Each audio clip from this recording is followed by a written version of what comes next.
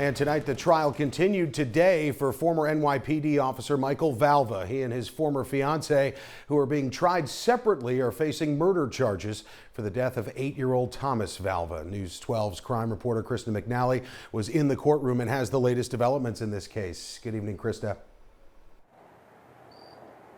Good evening. That's right. Today we heard a lot about the evidence that was collected within the home, and we got a first-hand look at photos and a description from a crime lab investigator.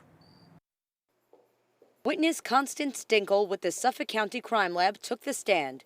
She was at the home investigating on January 24th, 2020, less than a week after Thomas died.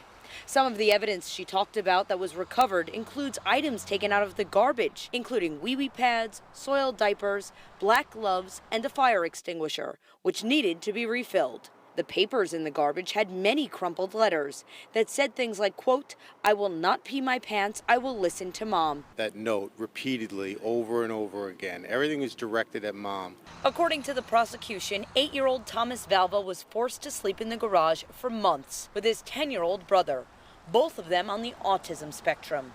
The prosecution says they were forced to sleep there because they would have accidents peeing and defecating themselves. I felt that was just punishment that was undeserved. Michael Valva's defense lawyer claimed he was a master manipulator. Angela was the one who directed the boys to be in the garage. The prosecution has stated it was 19 degrees out the night leading up to Thomas's death, and the father sprayed Thomas down with water outside on that freezing morning. His body temperature was 76.1 degrees when taken at the hospital. Part of the evidence submitted in court on Thursday were photos of the father's pajamas he was wearing on the day Thomas died, his ammunition for his gun from his bedroom, garbage bags that smelled of gasoline, and photos of red and brown stains found on many surfaces of the Valva home on Bittersweet Lane. This case has drawn in several supporters for the biological mother of Thomas, who lost custody of her children to Michael Valva. She was kept from her children for 2 years, and until her son was murdered. It's horrible.